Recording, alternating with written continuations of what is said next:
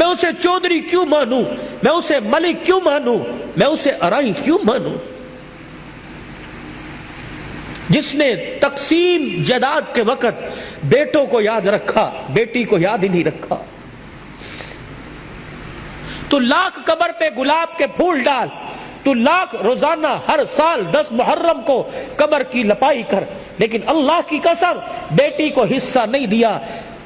گھر کی مفلسی اور گھر کے حالات پتلے دیکھ کر، جب بیٹی کے گھر کا میٹر بجلی کا بل زیادہ آنے پر بجلی کٹے گی، گیس کا کنیکشن کٹے گا، جب ماں سے بچے روٹی مانگیں گے اور ماں دوپٹے میں منہ دے کے روئے گی، تو کیا اللہ تجھے قبر میں سکون کی کروٹیں دے گا؟ نہیں نہیں۔ بیٹیوں کو حصہ دو۔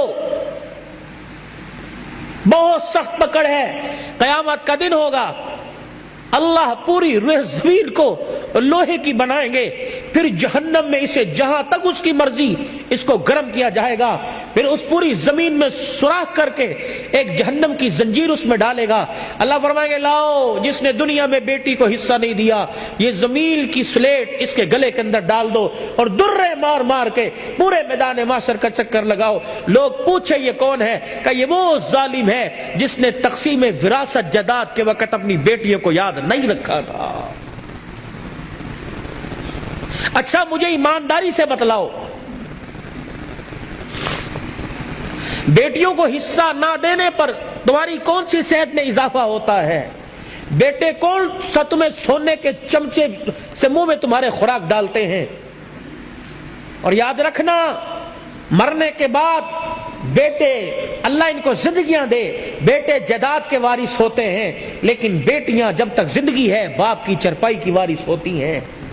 نہیں بھولتیاں، کمیٹیاں ڈال ڈال کے باپ کا ختم کروائیں گی، اپنے خامد سے مانگ مانگ کر پیسے جوڑ جوڑ کے جا مسیتے مٹھائی دیا، مولوی صاحب نو کہیں میرے ابو نو سال ہو گیا دعا کر دئی۔